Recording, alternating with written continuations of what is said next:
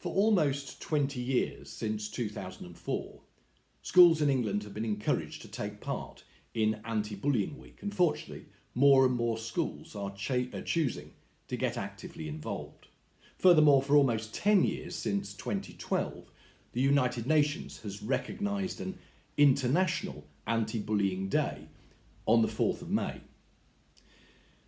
There is no doubt that bullying and harassment can blight, even destroy, a child's experience at school. And yet, despite the high-profile nature of the issue and the numerous strategies to deal with it, bullying remains a very real issue for at least a minority of pupils in most schools. So why is bullying such a problem? Well, one reason, of course, is that bullying can take many forms: physical, verbal, psychological. It's not always immediately obvious that a child is being bullied. And of course, there are many explanations as to why the victims won't come forward, not least because they don't want to run the gauntlet of further bullying because they're perceived as snitches. And the reasons for bullying are also, of course, so varied, from the current high-profile issues of sexual harassment, homophobia, racial harassment. There are also, of course, the traditional reasons for bullying, because a child is tall or short, because a child is very bright, or the opposite, because a child is popular or unpopular because of the colour of a child's hair, or simply because the victim is seen as being different or as an easy target. But of what we can be sure, the consequences are always unpleasant. So how do we deal with bullying? Well, first of all, we must always provide opportunities for the victims to speak out. Honesty boxes, safe spaces, or simply making staff available to speak to pupils privately and away from the public glare.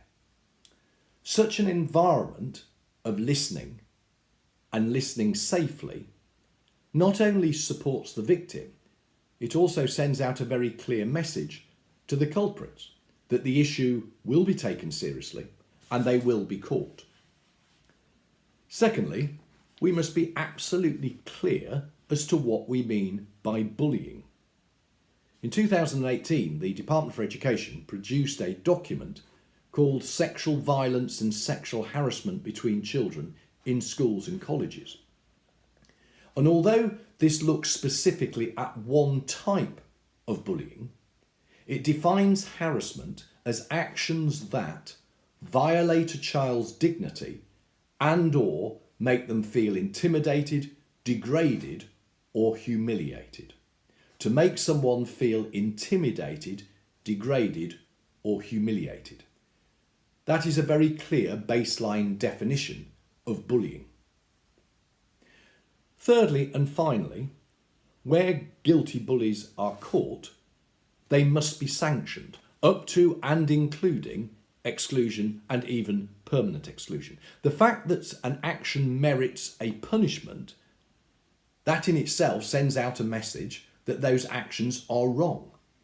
But equally, by resorting to exclusion where necessary, we make it clear that actions that threaten, humiliate, degrade or frighten others are not wanted in school and are not tolerated. Everyone, child and adult, has a right to be free from intimidation, harassment and fear. And that right must be promoted, protected and enforced.